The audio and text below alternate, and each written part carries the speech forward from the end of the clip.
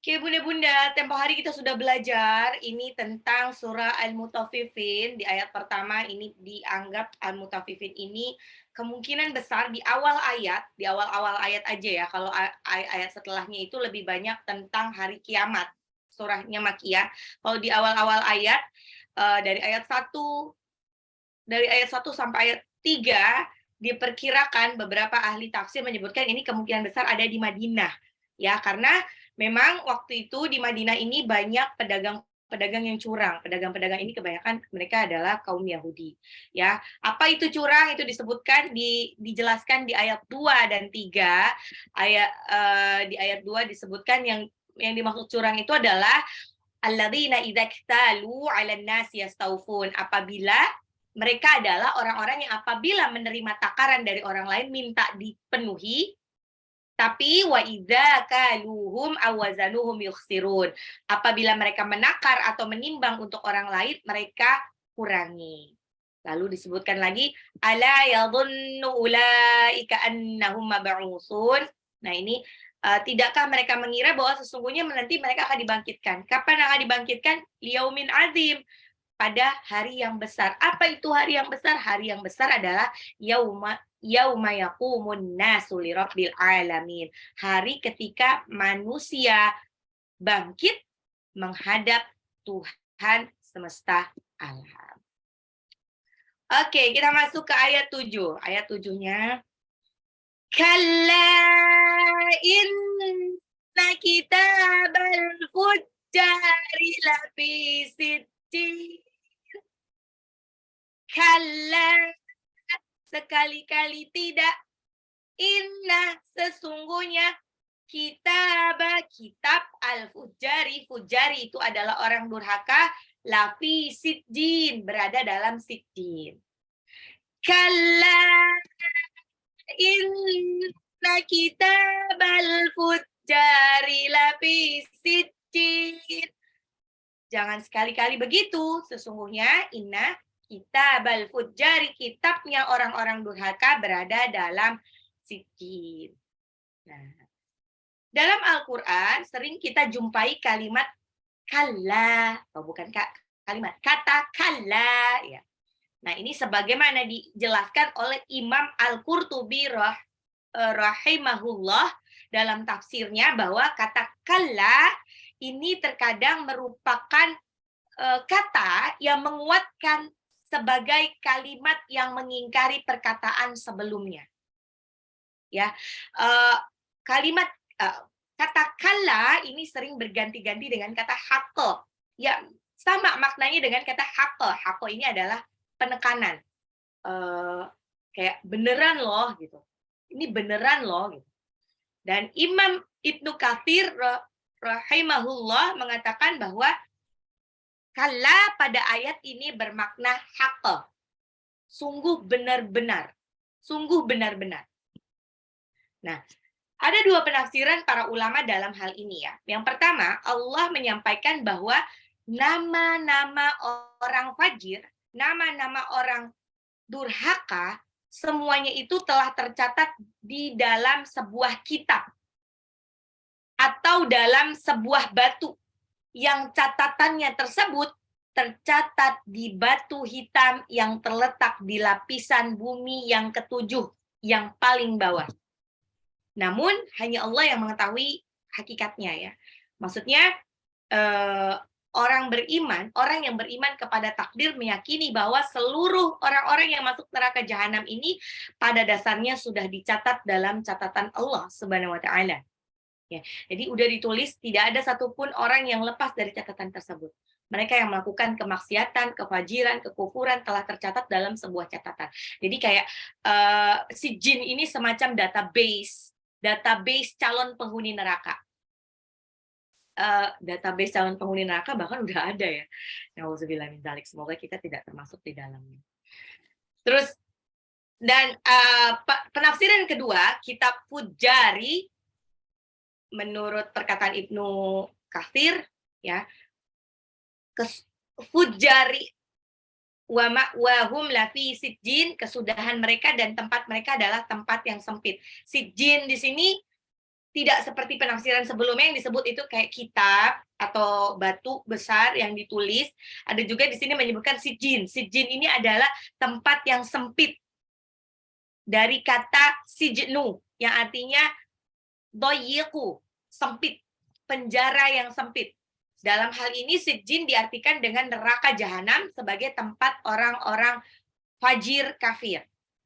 Dan ini bahkan dirajihkan oleh Ibnu Katsir rahimahullah, ya. Sijjin adalah tempat yang sempit di neraka jahanam. Sebetulnya sinkron ya. Kalau yang pertama tadi kan maksudnya sijjin itu ada di lapisan bumi ketujuh paling bawah. Kalau ini yang tafsiran kedua menyebutkan ini tempat yang sempit di neraka jahanam. Tapi kalau kita sambungkan ke dalil-dalil sebelumnya bahwa letak yang paling dasar itu adalah neraka jahanam. Jadi intinya sama aja. Jadi catatan calon penghuni neraka jahanam itu sudah ada database-nya di Sijin. Sijin ini wallahu a'lam bishawab, letaknya di neraka. Kalla inna kitabal fujjari lafi sijjin. Kalla inna kitabal fujjari lafi sijjin. Berada dalam sijjin. Nah, sijjin itu apa sih? Nah, itu di ayat 8. Wa ma adraka ma sijjin. Wa ma adraka ma sijjin. Wa ma adraka, dan tahukah engkau ma sijjin? Apa itu sijjin? Allah mengulangi penyebutan sijjin dalam bentuk pertanyaan, wa ma adraka ma sijjin. Ini adalah bentuk uslub ya. Uslub teh naon. Uslub itu metode dalam Al-Qur'an untuk menunjukkan bahwa sijjin adalah tempat yang mendatangkan penderitaan dan merupakan tempat yang sangat sempit. Sijjin. Allah berfirman dalam Al-Qur'an, laqad khalaqnal insana fi ahsani taqwim.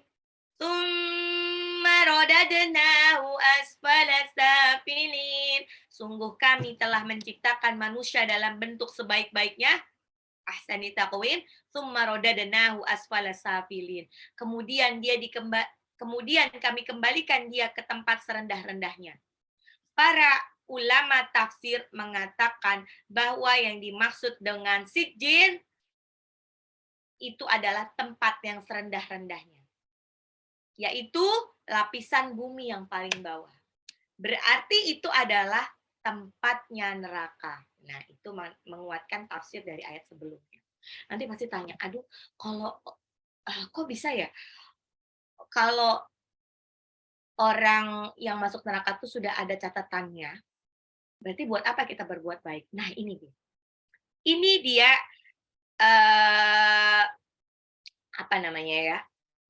yang menarik dari sini adalah kalau seseorang itu sudah ditulis kelak dia akan masuk surga atau neraka, itu kelihatan dari apa yang dilakukan di dunia. Kalau di dunia itu dia gampang banget untuk diajak kebaikan. Diajakin ngaji, ayo. Ngajakin beramal, ayo gitu. Ayo aja, gampang banget. Kemungkinan besar, insya Allah dia ini adalah calon penghuni surga. Calon penghuni surga. Dia sudah dicatat di database surga. Di Aliyin atau Aliyun itu. Gitu. Nah, tapi kalau ada orang yang dia susah banget kalau diajak ngaji. Tapi kalau diajak ke tempat nongkrong, ke tempat dugem, diajakin gibah itu gampang banget. Kemungkinan besar, wallahu a'lam bishawab, kemungkinan besar dia mungkin sudah ada di database sijjin. sudah ada di database neraka. Makanya dia berbuat seperti itu. Karena kan seseorang itu sudah dimulai track recordnya waktu di dunia. Cuman masalahnya adalah kita nggak pernah tahu akhir hidup kita itu seperti apa. Kita nggak pernah tahu akhir hidup kita seperti apa. Ya, kita nggak pernah tahu akhir hidup seseorang yang sekarang sebagai tukang maksiat itu seperti apa. Jangan-jangan mereka yang sekarang kita lihat mereka itu tukang maksiat, ternyata di akhir hayatnya dia sebagai seorang yang bertobat, udah tobatan nasuha, dia sangat dekat dengan Allah dan bahkan wallahu a'lam bishawab, dia malah jadi penghafal Quran. Di akhir hayatnya dia mati dalam keadaan sedang membaca Quran, sedang menghafal Quran. Di masjid pula. Terus satu lagi, ada orang yang kemungkinan ada kita misalkan, nauzubillah min dzalik, jangan sampai. Ada orang yang sama sekarang itu dia rajin ikut kajian, hijab syar'i, terus dia juga tak lepas dari Quran, kita nggak pernah tahu bagaimana akhir hidupnya. Jangan-jangan di akhir hidupnya itu dia malah jadi maksiat. Nauzubillah min dzalik. Dia jadi orang yang tukang maksiat. Makanya kita nggak boleh sombong ya. Dan kita tetap ikhtiar terbaik untuk terus dekat sama Allah. Ya, karena kita nggak pernah tahu nih akhir hidupnya seperti apa. Kita nggak pernah tahu akhir hidupnya seperti apa. Kita harus selalu, ya, kalau iman itu kan emang turun naik ya. Iman itu pasti turun naik. Karena iman kita turun naik, pastikan Bunda bergaul sama orang-orang yang insya Allah solehah. Jangan cuma satu. Temenan yang sama teman-teman solehah jangan cuma satu, tapi banyakan. At least kalau yang satu oleng, ada orang-orang lain yang tidak oleng. Nah, insya Allah kalau di majelis ini, satu oleng, ada orang-orang lain yang tidak oleng. Dan doa yang harus setiap hari dipanjatkan sama Bunda itu adalah doa, ya muqallibal qulub, tsabbit qalbi ala dinik. Ya muqallibal qulub, tsabbit dinik. Tsabbit qalbi ala dinik. Maksudnya adalah, wahai yang membolak-balikan hati, teguhkanlah hatiku senantiasa di atas agamamu. Sama Rabbana atina fid dunya hasanah wa fil akhirati hasanah wa qina adzabannar. Itu justru doa yang harus selalu tiap hari itu dibaca, nggak sampai skip. Kenapa? Karena ini doa yang karena kan kita kan nggak tahu ya kita meninggalnya kapan, dan hidup di akhirat itu lebih lama, kekal abadi dibandingkan kehidupan di dunia. Jadi kehidupan di dunia itu nggak ada apa-apanya dengan kehidupan di akhirat. Jadi fokusnya adalah mengumpulkan sebanyak-banyaknya amal untuk bekal di surga. Oke, ulang lagi. Kalla inna kitabal fujjari lafi sijjin wa ma adraka ma sijjin. Dan tahukah engkau apa itu sijjin? Kata Allah, kitabum marqum. Kitabum marqum, kitab yang telah terpahatkan. Kitab yang sudah ditulis. Catatan amal tersebut seakan-akan ini udah ditulis sama Allah Subhanahu wa taala jauh sebelum kita lahir. Dan tidak akan ada lagi perubahan. Maksudnya gimana? Nah, ini dia. Ini orang beriman, dia harus percaya kepada takdir. Meyakini bahwa ketika Allah menciptakan alam semesta, Allah juga mencatat siapa yang kelak akan menjadi penghuni surga dan siapa yang kelak akan menjadi penghuni neraka jahanam. For now, sekarang tidak akan ada perubahan sama sekali dalam catatan tersebut. Hanya saja ya, orang tuh nggak ada yang tahu ya, siapa yang kelak akan menjadi penghuni neraka atau penghuni surga. Sekalipun dia orang yang sangat soleh, sekalipun dia tuh tidak bisa tahu apakah dia bakalan masuk surga atau tidak. Nah, ini dia, masih ada faktor X ya, masa kita nggak tahu nih mati kita kapan. Kita tuh matinya kapan tuh nggak ada yang tahu. Nah, makanya ini jadi warning kita. Kalau tiba-tiba suatu hari nanti kita malas murojaah. Malas murojaah biasanya itu efeknya efek domino tuh, nggak hanya malas murojaah. Malas murojaah, terus tiba-tiba kok kita jadi lebih fokus ke dunia, terus kita kok jadi lebih sering nongkrongnya dibandingkan kumpul ke kajian ilmu, terus kita kok jadi lebih sering bergibahnya dan lain sebagainya. Itu harusnya jadi early warning buat kita.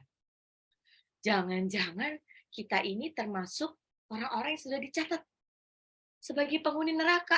Jangan-jangan sebentar lagi saya meninggal dalam keadaan seperti ini. Nauzubillah min dzalik. Itu namanya early warning. Gitu. Ya, jangan-jangan seperti itu. Nah, tapi ini juga sebagai ini ya. Aduh, kalau misalkan sudah ditulis siapa yang bakalan masuk neraka, siapa yang bakalan masuk surga, atau kenapa kita berbuat baik? Nah, itu dia. Masalahnya kita nggak pernah tahu kita bakalan ada di golongan mana. Dan ingat lagi, Allah itu mencintai prosesnya.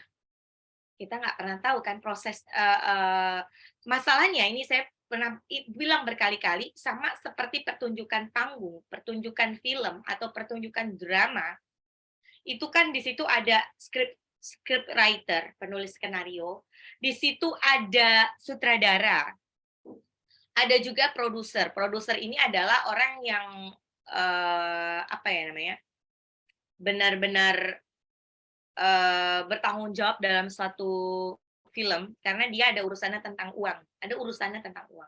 Yang paling kadang-kadang yang paling apa ya, berpengaruh itu bukan sutradara, tapi justru produser. Kalau dulu saya waktu masih jadi scriptwriter, dulu banget saya tuh pernah jadi scriptwriter timnya satu sinetron lah, sinetron yang streaming tiap hari. Itu kita udah nulis tuh, udah nulis adegannya tuh udah komplit sekomplit-komplitnya, oke? Terus kan sutradara udah baca, artis sudah baca, berarti tinggal acting lah ya, bahkan kadang-kadang sudah ada acting gitu. Tapi di last minute tiba-tiba produsernya tuh bilang, ini coba bisa ada dirombak nggak? Ini soalnya ada advertiser pengiklan iklan gitu kan. Misalkan contohnya iklan ada kopi kapal api. Kopi kapal api itu mau iklan gitu. Dilihat nih, kira-kira potensinya mau ditaruh di mana. Apalagi duitnya gede. Mau nggak mau itu dirombak. Dirombak jalan ceritanya dikit. Yang penting ada kapal apinya. Misalkan tadinya nggak ada adegan minum, mungkin tadinya minumnya minum jus gitu menurut skenario. Tapi karena ada si kopi kapal api, oke kita ganti minumnya kopi kapal api. Kan nggak kelihatan ya kopi kapal apinya, maka muknya ditulisin kopi kapal api. Jadi ada adegan minum kopi. Itu bisa berubah. Last minute bisa berubah karena uang. Karena kan yang membiayai suatu produksi film atau sinetron ataupun drama itu kan uang. Makanya bisa berubah. Apalagi ini di dunia. Sutradaranya Allah, produsernya juga Allah, terus scriptwriter, penulisan skenarionya itu juga atas kuasanya Allah. Jadi lebih mudah buat Allah untuk mengubahnya sebetulnya. Nah, makanya jadi akan lebih mudah untuk mengubahnya. Ini suka-sukanya Allah dong. Ini makanya dibilang bahwa surga dan neraka itu sebetulnya bukan dari semata-mata dari amal perbuatan kita loh. Tapi lebih kepada rahmatnya Allah. Rahmatnya Allah. Jadi kalau Allah mau, Allah bisa ubah. Begitupun takdir-takdir ya, takdir-takdir. Kalau misalkan Allah mau, mudah banget buat Allah untuk merubahnya. Kan Allah sutradaranya, Allah produsernya, Allah penulis skenario, mudah banget. Itu tergantung Allah. Makanya dibilang oleh para ulama ya, disebutkan kalau ada yang bisa bertarung di arasy bertarung dengan takdir itu adalah doa. Doa kita. Kita nggak pernah tahu doa mana yang dikabulkan sama Allah. Makanya kita tuh hidup di dunia itu berusaha untuk baik, tetap berbuat baik kepada siapapun, walau kita tuh nggak dibaikin sama orang. Walau kita mungkin sering nggak dibaikin sama orang. Karena kita nggak pernah tahu nih, kebaikan mana yang itu menyentuh hati seseorang, sehingga seseorang itu berdoa tulus sama kita, dan ternyata doa tulus itu yang diijabah sama Allah. Kita nggak pernah tahu nih, keberuntungan kita sekarang jangan-jangan bukan atas usaha kita atau doa kita. Jangan-jangan keberuntungan kita itu dari doa-doa orang-orang yang pernah kita tolong dan kita nggak pernah tahu siapa dia, doa siapa dia. Gitu. Oke. Begitupun kadang-kadang, siapa tahu, ya kalau bisa dibilang sesuatu yang buruk ya, kesialan kita itu bukan dari kita. Jangan-jangan ya, wallahu a'lam bishawab ya, itu dari doa orang-orang yang terzolimi sama kita. Terus dia doa yang buruk-buruk ke kita. Wallahu a'lam bishawab. Gitu. Makanya ada juga kan yang disebut ain gitu, penyakit ain. Oke, ulang lagi. Kalla inna kitabal fujjari lafi sijjin wa ma adraka ma sijjin kitabum marqum ayat 10. Wailun yauma'idzil lil mukadzibin. Wailun yauma'idzil lil mukadzibin. Wailun, celakalah, yauma'idzin, pada hari itu, lil mukadzibin, bagi orang-orang yang mendustakan. Wailun yauma'idzil lil mukadzibin. Celakalah pada hari itu bagi orang-orang yang mendustakan. Kecelakaan bagi mereka jika tiba hari kiamat. Kenapa? Mereka nggak percaya adanya hari kiamat, makanya mereka tetap berbuat dosa, makanya mereka tetap berbuat kafir. Tahu-tahu hari kiamat benar-benar terjadi. Mereka akan dibangkitkan, dimintai pertanggungjawaban, dan kemudian akhirnya ujung ceritanya masuk neraka. Makanya celaka, sial banget bagi mereka yang tidak percaya hari kiamat. Di mana Allah telah menyiapkan bagi mereka sijjin dan azab yang pedih. Masih ingat nggak waktu di surah Sajdah? Walau tara idil mujrimuna nakisu ru'usihim inda rabbihim Rabbana absarna wa sami'na na'mal salihan inna muqinun. Walau tara idil mujrimuna, dan dilihat orang-orang yang mujrimun, orang-orang yang banyak berbuat dosa itu, nakisu ru'usihim, menundukkan kepalanya. Mereka menunduk malu karena nggak nyangka ternyata hari kiamat yang mereka dustakan dulu, sehingga mereka ngeyel, tetap maksiat, tetap berdosa, tetap kafir, ternyata beneran ada. Mereka lihat dengan mata kepala sendiri, absorna wa sami'na, ya. Mereka melihat dengan mata kepala sendiri bahwa penyiksaan itu beneran ada. Dan mereka minta, mohon ke Allah, minta dibangkitkan lagi, dibalikin lagi. Absorna wa sami'na farji'na. Mereka minta dibangkitkan lagi supaya apa? Na'mal salihan, supaya mereka bisa beramal saleh. Nah, orang-orang tuh kalau udah mati ya, hal-hal yang paling mereka sesalkan tuh mereka pengen lebih banyak beramal saleh. Kenapa? Karena amal saleh ini kan efeknya domino loh. Maksudnya bukan cuma buat dia doang. Kalau sholat teh emang wajib. Kalau dia nggak sholat, masuk neraka lah. Kalau nggak sholat dosa, gitu kan. Kalau nggak puasa dosa. Gitu. Tapi kalau amal saleh, berbuat kebaikan ke orang lain, ini efeknya bukan cuma untuk dia, pahala buat dia, tapi juga efek domino buat orang yang ditolong. Banyak orang-orang terinspirasi untuk berbuat kebaikan yang sama, karena dia dibaikin sama orang lain. Jadi dia merasa, aduh aku nanti kalau ini aku mau baikin orang lagi lah gitu. Terus akhirnya jadi amal jariah juga buat kita yang pertama kali menginspirasi untuk berbuat kebaikan, gitu. Jadi pahalanya berlipat ganda. Wailul yaumaidil lil mukadzibin. Kecelakaan bagi mereka jika tiba hari kiamat di mana Allah telah menyiapkan bagi mereka sijjin, azab yang pedih. Ayat 11. Alladzina yukadzibuna biyaumiddin. Alladzina, orang-orang, yukadzibuna, yang mendustakan biyaumiddin, hari pembalasan. Alladzina yukadzibuna biyaumiddin, yaitu orang-orang yang mendustakan hari pembalasan.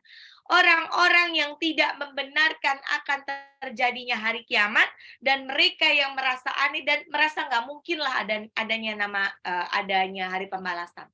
Hidup itu cuma sekali. Life is only one time. Makanya kita senang-senang, having fun before you die. Gitu kan. Itu kata Allah berfirman di surat At-Taghabun ayat 7. Za'ama alladhina kafaru an lan yub'atsu. Qul bala wa rabbi latub'atsunna thumma latunabba'unna bima 'amiltum wa dzalika 'ala Allahi yasir. Orang-orang yang kafir mengira bahwa mereka tidak akan dibangkitkan. Katakanlah Muhammad, tidak demikian. Demi Tuhanku, kamu pasti dibangkitkan, kemudian diberitakan semua yang kamu kerjakan, dan yang demikian itu mudah bagi Allah. Kata Allah, semua bakalan dibangkitkan. Dan nanti semua akan diperlihatkan apa yang mereka lakukan selama di dunia. Pada hari pembalasan. Hati-hati. Alladzina yukadzibuna biyaumiddin. Makanya nih, bunda-bunda yang zolimi sama siapapun di dunia ini, nggak usah khawatir. Nggak usah sibuk untuk membalas keburukan orang lain itu. Ya, nggak usah. Kita sibuk aja dengan diri kita. Kita sibuk untuk trauma healing, gitu kan. Untuk menyembuhkan luka akibat dizolimi oleh siapapun di sekitar kita, dizolimi oleh keluarga, tetangga, teman, atau siapapun itu sibuk sama trauma healing, terus kemudian lupakan dia, ya, terus sibuk untuk berbuat kebaikan aja, udah lupakan. Gak usah deket-deket lagi sama dia, nggak apa-apa. Tuh. Bukannya memutuskan tali silaturahmi, tapi biar ya udah, kalau ketemu ya tetap baik, tapi kalau nggak ketemu ya alhamdulillah, gitu kan. Jadi kayak bunda, misalkan nih, naudzubillah min dzalik, jangan sampai kejadian ya. Misalkan bunda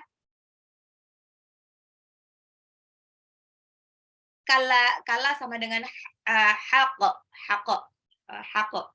hako ya bun. Misalkan bunda bertemu dengan nggak bertemu ya, di jalan ke hutan, ya qadarullah digigit sama ular. Apa yang dilakukan kalau digigit sama ular? Maka pertolongan pertama adalah biasanya makanya ke hutan tuh jangan sendiri. Digigit sama ular, ularnya dicopot, ditarik, ya. Ularnya perlu dimatiin nggak? Sebetulnya sih kalau misalkan nggak urgent banget untuk dimatiin, nggak perlu dimatiin, apalagi di tengah hutan. Karena ular itu akan memanggil teman-temannya untuk datang. Jadi daripada cari masalah, ya udahlah. Ularnya dicabut, terus ini minta tolong orang untuk tangannya itu digigit sama orang ya, maksudnya kayak dilukai bagian yang tadi tuh kena kena bisa, terus itu ada satu teman yang bantu dia untuk sedot bisanya, insya Allah nggak apa-apa, tapi langsung dikeluarin lagi, dan itu diikat sampai bener-bener seikat-ikatnya gitu kan. Itu buru-buru dilarikan ke rumah sakit terdekat gitu kan, untuk di anti bisa. Udah, apakah dia mikirin si ular kemana itu, kurang ajar tuh ular nanti awas loh ya, nanti aku kalau ketemu aku cincang gitu. Enggak kepikiran. Fokus sama menyembuhkan luka akibat ular itu. fokus. Habis sudah sembuh, udah sembuh, bisanya nggak ada, udah bahkan luka sudah menghilang, apakah orang itu akan ingat sama si ular yang melukai dia? Ingat sih ingat ya. Tapi apakah dia akan mencari balas, menuntut balas si ular, dia akan balik ke hutan, dia akan cari tuh si ular belang yang warnanya ini yang dulu melukai dia? Enggak. Dia nggak akan kepikiran seperti itu. Dia bilang, bodo amat. Bahkan beberapa mikir, udahlah aku nggak mau lewat jalan situ lagi, aku nggak mau ketemu ular itu lagi. Udah, lupakan. Hidup tetap berjalan normal. Si ular tetap jadi ular di hutan luas sana, dan manusia yang digigit tetap jadi manusia. Dia tidak merubah dirinya menjadi ular. Kebanyakan orang-orang yang dizalimi sama orang lain, ya, itu dia bukannya sibuk untuk menyembuhkan lukanya, bukannya sibuk untuk memperbaiki diri, terus apalah gitu. Dia malah sibuk untuk menuntut balas si ular itu. Bahkan sibuk untuk menjadi ular juga. Jadi dia dizolimi, dia malah pengen menzolimi balik. Jadi sama-sama jadi ular dong. Ini ya, makanya ini analoginya gitu. Jadi Bunda kalau dizolimi sama seseorang, jangan kepikiran untuk balik untuk ngebalas dia. Berarti Bunda sama aja, sama-sama jadi ular gitu. Lupakan aja, nggak usah iseng banget untuk ngebalas dendam. Lupakan aja, doakan yang baik-baik. Doa sama seperti orang yang digigit ular. Dia tidak kepikiran untuk mendoakan si ular, Mak. Dia kepikiran, ya Allah, semoga sembuh ya Allah, aku belum mau mati gitu. Masih ada anak gitu. Masih ada ini belum banyak lagi hafalan Al-Quran. Doanya fokus buat dia sembuh. Biar Allah izinkan itu bisanya tidak buru-buru menyerang jantung. Kalau udah buru-buru menyerang jantung udah end. Gitu. Dia doa seperti itu. Setelah sembuh pun dia nggak kepikiran lagi sama ular. Dia fokus sama hidupnya. Misalnya memulai hidup baru ya. Dia lebih hati-hati, dia lebih cerita ke orang lain, hati-hati ya, jangan kalau ke hutan tuh jangan gini, jangan. Oh, tapi Bunda sih kayaknya nggak ada yang hobi ke hutan. Qadarullah kalau saya tuh suka banget ke hutan, jadi udah sering ketemu ular ya, makanya alhamdulillah, tapi makanya itu jadi ini saya. Jadi di hutan itu saya jadi lebih suka apa ya?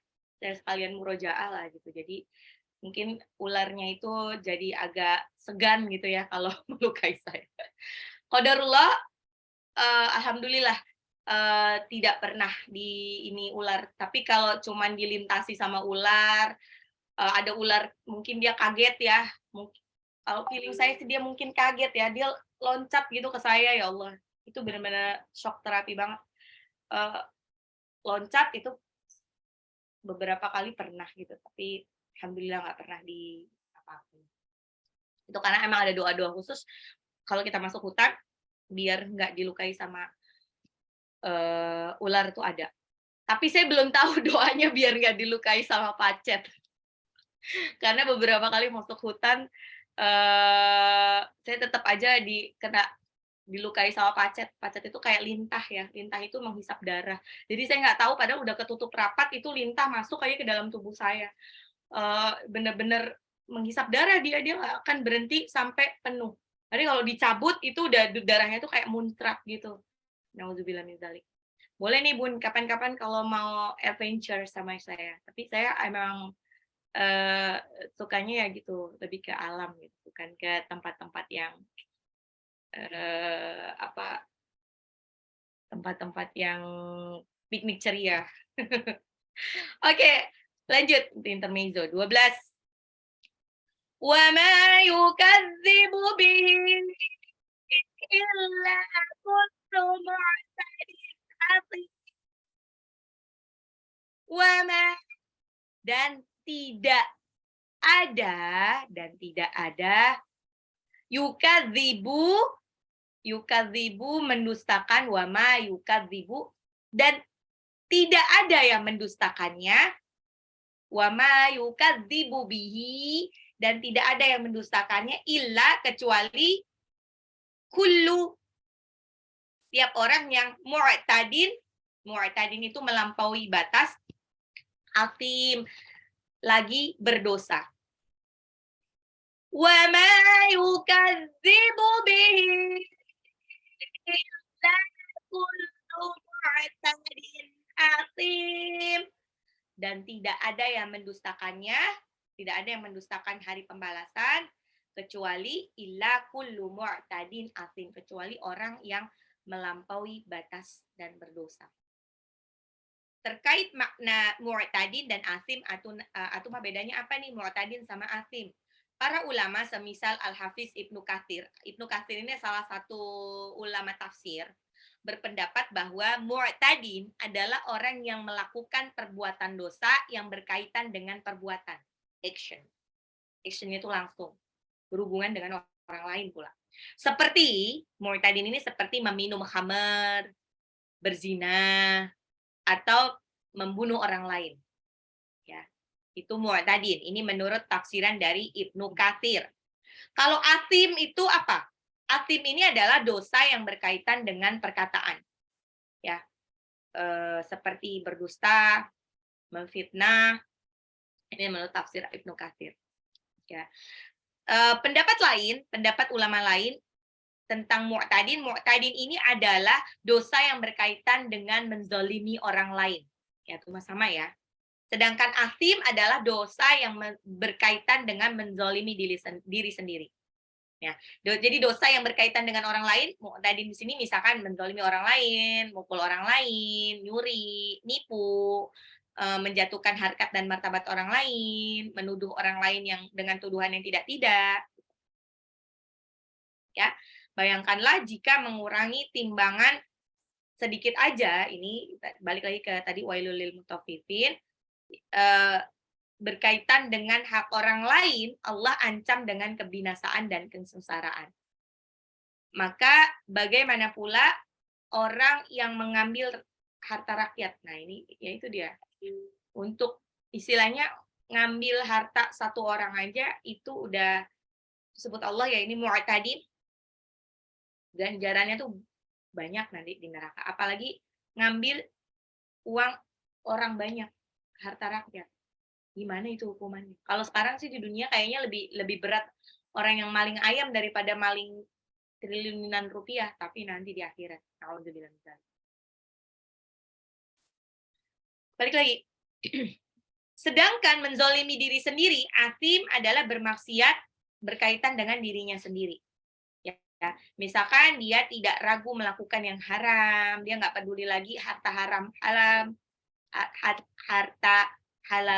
haram, ya, terus tidak ragu memandang yang haram, tidak ragu memakan yang haram. Nah, ini hati-hati ya Bunda. Kalau Bunda itu kayak skip gitu, diberikan kebenaran, dikasih tahu kebenaran, misalkan hati-hati ya, jangan makan di sini ya, dia itu haram. Itu masih abai, hati-hati. Jangan-jangan Bunda eligible untuk masuk neraka. Nauzubillah min zalik. Nah, hati-hati Bunda ya. Ini tentang harta haram atau makanan haram. Jadi yang disebut haram halal itu bukan cuma makan babi, makan anjing, minum khamar, bukan itu doang. Enggak sejelas itu. Kadang-kadang sesuatu yang tidak tampak. Misalkan hati-hati nih ya. Bunda-bunda yang suka makan nasi goreng di pinggir jalan atau suka makan seafood di kedai pinggir jalan, bukan di semacam resto the cost ya. The cost itu kan masuknya restoran ya, dia kan udah ada label halal. Yang di pinggir jalan itu kadang-kadang sekilas halal tapi sebetulnya haram. Kenapa? Karena dia ternyata masaknya masih pakai anciu. Anciu itu ya itu arak Cina sebetulnya. Memang tipikal dari Chinese food ya, yang gurih-gurih itu pasti dipakein anciu. Makanya Bunda harus kritis. Ya, hati-hati juga sebetulnya kalau jajan-jajan seafood atau Chinese food pakai Gojek ya, kita nggak tahu ya dapurnya itu seperti apa, nggak ada label halal juga kan gitu. Apalagi kalau bagusnya emang kalau kayak itu datang, lihat langsung ke dapurnya, dilihat, diintip. Ada nggak itu botol yang botolnya itu kayak beling, kayak botol kecap biasa tapi ada tulisan-tulisan apa ya, ada tulisan-tulisan ininya, tulisan-tulisan Chinese-nya. Kalau ada berarti itu namanya anciu. Ya, itu haram jadinya, jatuhnya haram. Nauzubillah min dzalik. Banyak kita doanya kok nggak dikabulin sama Allah. Ya mungkin saja karena ya itu tadi ada sesuatu yang haram masuk ke tubuh kita. Hati-hati juga nih. Hati-hati juga nih kalau bunda-bunda yang qadarullahnya masih terlibat riba ya. Cicilan apapun itu sebetulnya masih ada unsur ribanya ya, Bunda. Mudah-mudahan kita dimudahkan untuk bebas dari riba ya. Kalau yang udah terlanjur kena riba semoga segera diselesaikan gitu kan. Semoga segera dimudahkan sama Allah untuk selesai ribanya. Kalau yang belum terkena riba atau mah jangan sekali-sekali kena riba. Sabar aja. Insya Allah Allah tuh tidak suruh, Allah tidak perintahkan umatnya untuk punya rumah sendiri. Tapi Allah perintahkan hambanya untuk menjauhi riba. Gitu. Jadi jangan ya. Jangan mudah banget untuk bermudah-mudahan untuk nyicil ya Bunda. Maksudnya ini hati-hati ya, hati-hati banget ya gitu. Maksudnya jangan bermudah-mudahan untuk nyicil apapun itu kan. Ya, kecuali cicilan yang mungkin tidak pakai bunga-bungaan. Ada nggak cicilan yang tidak pakai bunga-bunga? Ya, gitu. Nah, itu nggak pakai bunga-bungaan sama sekali. Mungkin itu niatnya membantu ya, bukan bukan kredit. Oke. Tadi apa ya? Ayat 12 ya? Oke. Wa ma yukadzibu bihi illa kullu mu'tadin athim. Wa ma yukadzibu bihi illa kullu mu'tadin athim. Dan tidak ada yang mendustakannya kecuali setiap orang yang melampaui batas dan berdosa. Jadi mu'tadin ini sesuatu yang berkaitan dengan perbuatan. Kalau athim ini dengan perkataan, itu menurut Ibnu Katsir. Menurut pendapat lain, mu'tadin ini berkaitan yang menzolimi orang lain, sedangkan athim menzolimi diri sendiri. Oke, kayaknya sampai 12 dulu nih, karena ayat-ayat yang lain agak panjang-panjang. Oke. Oh ya, sebentar lupa.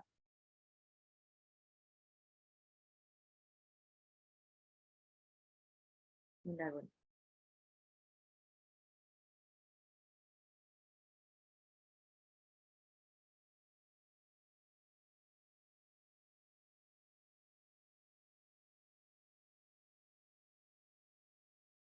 Terusin ayat 7. Kalla inna kita al-fujjari lafi sijjin. Kalla, lamnya itu ada harokat alis ya, bertemu dengan alif, maju ismun fasil. Inna, nunnya gunnah, nunnya gunnah, terus kita taknya 2 harokat, matobi'i, al-fujjari, alif lam komariah, jimnya 2 harokat, lafi sijjin, fa-nya 2 harokat, jimnya juga 2 harokat.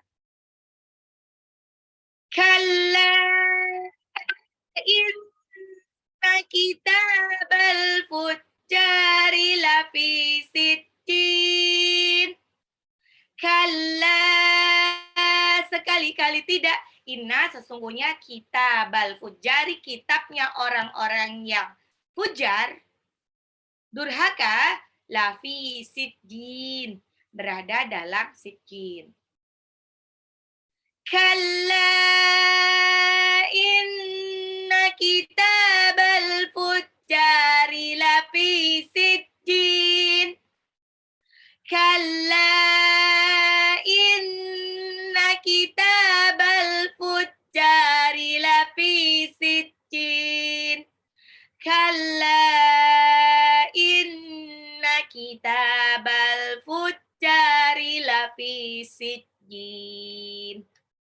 Kalla inna kitabal fujjari lafi sijjin. Afwan, sebentar saya.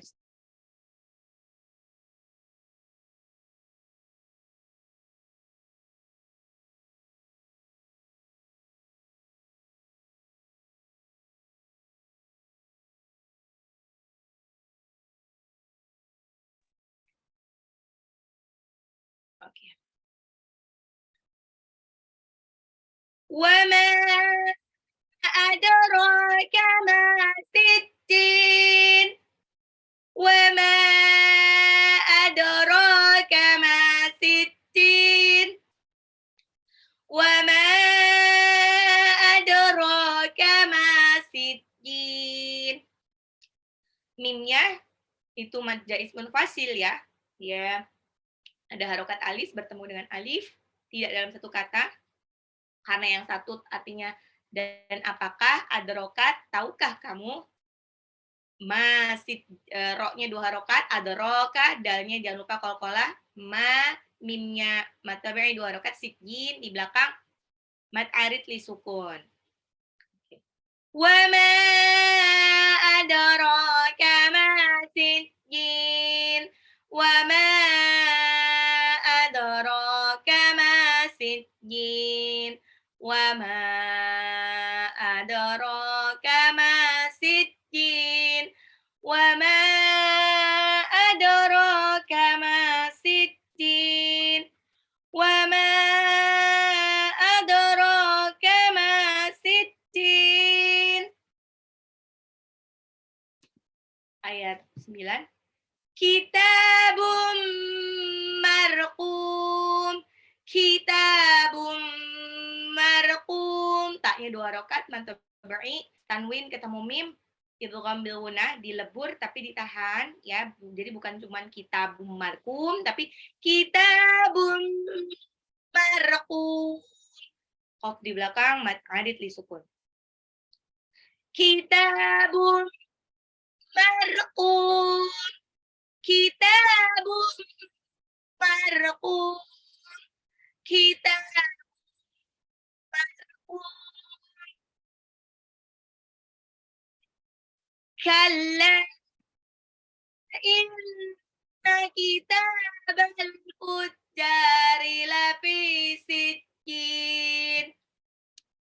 Wa ma adraka ma sijjin.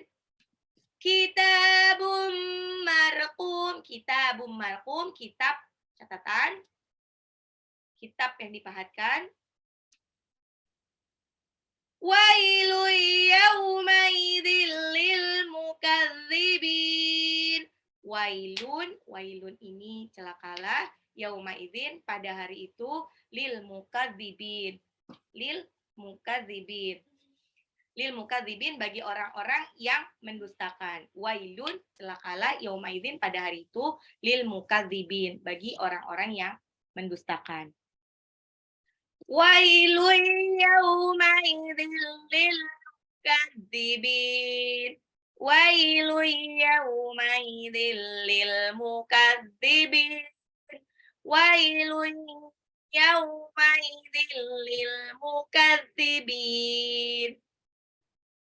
Ya, tanwin ketemu ya, ingat idgham bil gunnah harus ditahan. Wailun yaumaidin, tanwin ketemu lam, idgham bil gunnah. Wailun yaumaidin lil mukadzibin. Wailun yaumaidin lil mukadzibin. Wailun yaumaidin lil mukadzibin. Kalla inna kitabal fujjari lafi sijjin. Wa ma adraka ma sijjin. Kitabun marqum. Wailun yaumaidin lil mukazzibin. Alladzina yukazzibuna biyaumiddin. Alladzina, orang-orang, yukadzibuna yang mendustakan biyaumiddin pada hari pembalasan. Alladzina yukadzibuna biyaumiddin. Alladzina, dalnya 2 harokat, yukadzibuna, baknya 2 harokat, biyaumiddin, dal di belakang itu ada mad alif sukunnya. Alif lamnya alif lam samsnya. Alladzina yukadzibuna biyaumiddin. Yukadzibuna biyaumiddin. Yukadzibuna biyaumiddin. Yukadzibuna biyaumiddin. Lagi. Wa ma yukazzibu bihi illa kullu mu'tadin athim. Wa ma yukazzibu bihi illa kullu mu'tadin athim. Wa ma yukazzibu bihi illa kullu mu'tadin athim. Wa ma yukazzibu bihi illa kullu mu'tadin athim. Wa ma, mimnya 2 harokat, yukadzibu bihi, itu ada apa namanya, mad silah tawilah, ya, karena ada harokat alif bertemu dengan alif, harokat alifnya pada hak dhamir.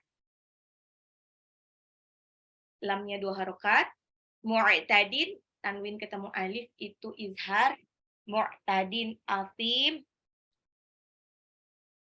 mu'tadin athim, athim taknya itu mad alif lisukun. Wa ma yukadzibu bihi illa kullu mu'tadin athim. Wa ma yukadzibu bihi illa kullu mu'tadin athim. Kalla inna kitabal fujjari lafi sijjin. Sekali-kali tidak, sesungguhnya kitab orang-orang yang durhaka berada di sijjin. Wa ma adraka ma sijjin. Dan apakah kamu tahu apa itu sijjin? Kitabum marqum, kitab catatan amal. Wailu yawma idzil lil mukadzibin.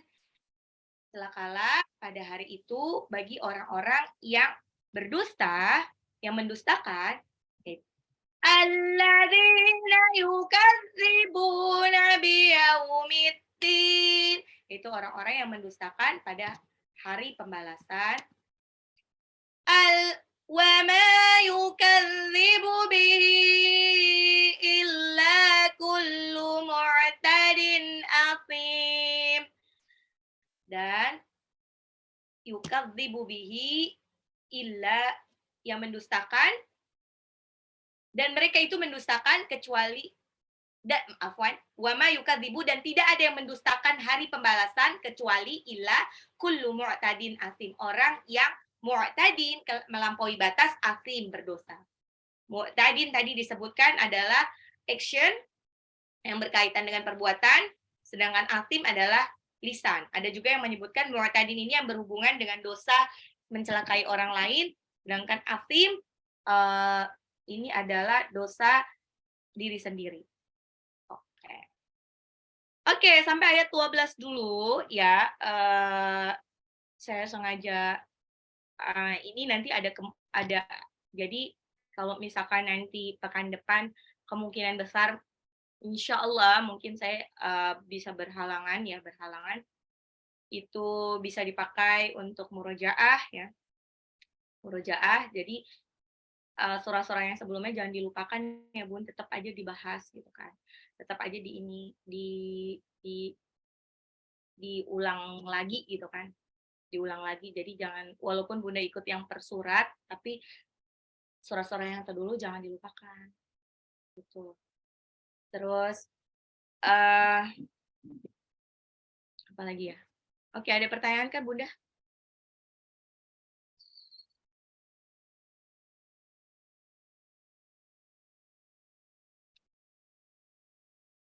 Hari ini ada 89. Oh, di sini ada banyak nama Dewi. Ada 3 Dewi. Dewi, Bu. Makanya ini bisa trio Dewi. Insya Allah mungkin kemungkinan besar mungkin awal tahun ya, entah mungkin di Februari itu kita mau coba ada battle tuh Jannah lagi ya.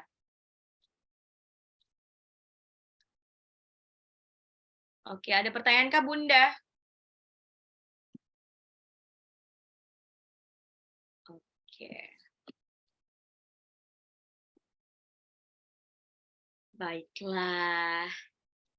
Baiklah Bunda-bunda, kalau tidak ada pertanyaan ya. Kalau tidak ada pertanyaan, marilah kita tutup pengajian hari ini dengan membaca hamdalah, alhamdulillahirobbilalamin, dan doa penutup majlis. Subhanakallahumma wa bihamdika, asyhadu an la ilaha illa anta, astaghfiruka wa atubu ilaik. Yang benar datangnya dari Allah, yang salah datangnya dari saya sendiri. Mohon maaf lahir dan batin. Wabillahi taufik wal hidayah. Wassalamualaikum warahmatullahi wabarakatuh. Waalaikumsalam warahmatullahi wabarakatuh.